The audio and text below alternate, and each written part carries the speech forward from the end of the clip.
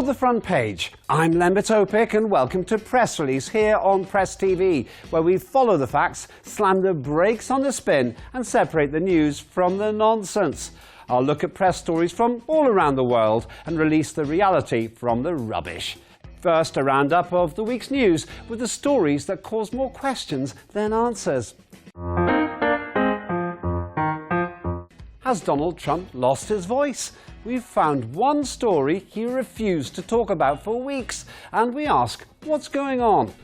Meanwhile, he's been operating at full chat down in burnt-out California, where comments he made about wildfires left him with burned fingers.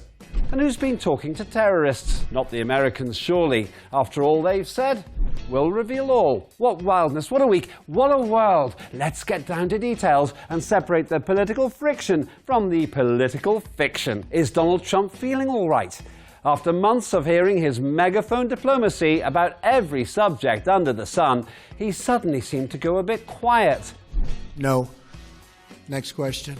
Next question. At least for a while, about the international scandal surrounding the murder of Saudi journalist Jamal Khashoggi in the Saudi consulate in Turkey. Even though most of the world quickly came to the view that this assassination was cleared at the highest level in Saudi Arabia, Trump originally did his best to remain non-committal about the possibility that Saudi Crown Prince Mohammed bin Salman lied when he denied involvement in the incident. I don't know. You know, who can really know? But I can say this. He's got many people now that say he had no knowledge. Finally, a subject Donald didn't want to commit himself on, at least for a while. Is this a first? After all, he told the British Prime Minister how to run Brexit. He told Kim Jong-un how to defend North Korea.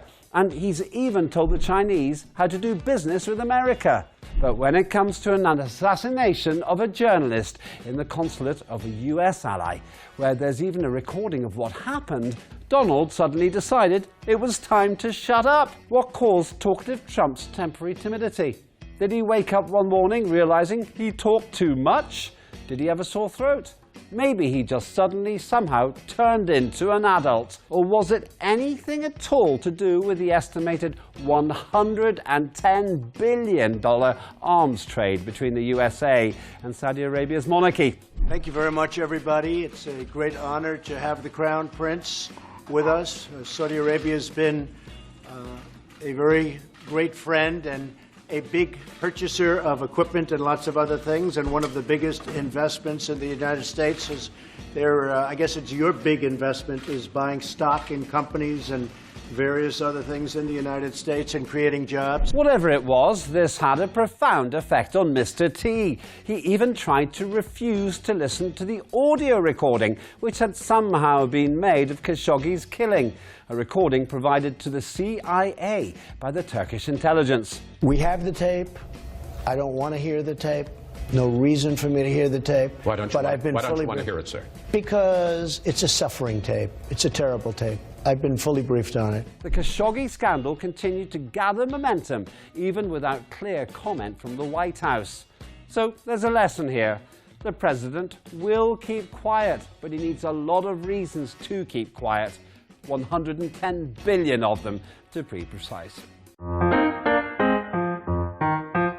Nothing keeps Dappy Donald down for long, though. Even while California in America suffered some of the worst fires in its history, the president found something controversial to say about it all. Well, I'm committed to make sure that we get all of this cleaned out and protected. We've got to take care of the floors, you know, the floors of the forests, very important. You look at other countries where they do it differently, and it's a whole different story. And to see what's happened here, I was with the president of Finland, and he said, we have a much different, we're a forest nation. He called it a forest nation. And they spend a lot of time on raking and cleaning and doing things, and they don't have any problem. And when it is, it's a very small problem. So I know everybody's looking at that, to that end, and it's going to work out. It's going to work. Trump claimed the fires had nothing to do with climate change and suggested that it had everything to do with bad forest management. Just in case he hadn't offended enough people, he added that it would never have happened in Finland. Finland? Why is he thinking about Finland? Maybe he's planning to buy it and turn it into a golf course, who knows? Not surprisingly, Trump's talk wasn't seen as very tactful. Lots of people perished at the hands of the ferocious wildfires. As well as upsetting those who'd lost friends, family or property, the firefighters weren't too happy either, because he more or less insulted them too. The president took to Twitter, claiming that California's forest mismanagement is to blame for the fires, and threatening to withhold federal funds from the state. In response, the president of California Professional Firefighters issued a scathing statement, calling the president's tweet, quote, ill-informed, ill-timed, and demeaning. Party right now. Families are in mourning. Thousands have lost homes. 250,000 Americans have been forced to flee. At this desperate time, we would encourage the president to offer support in word and deed instead of recrimination and blame. So next, he went down to California, where his giant Boeing landed, and he got out. Then he walked around for a while in the ruins and looked very serious. That's the thing about him. You just never know when he's going to play it sensible, or when he's going to go and make some other claim or comment, which puts him right back at the center of controversy. Meanwhile, the town of Paradise lay in ashes as the emergency agencies tried to work out what they could do to help the victims rebuild their lives. At least Trump hasn't blamed the local population for the fire yet, but I suppose anything's possible. So far, even over this, he's managed to avoid creating a political firestorm fierce enough to engulf his presidency. But you get the feeling that it's never far away. One thing we can be absolutely sure about is the United States will never, ever negotiate with the Taliban. Right? Wrong. I can reveal that towards the end of 2018, US envoy Zalmay Khalilzad held 3 days of talks with Taliban officials in efforts to end America's longest ever war. These talks are meant to agree a timetable for the withdrawal of all the US and NATO troops from Afghanistan.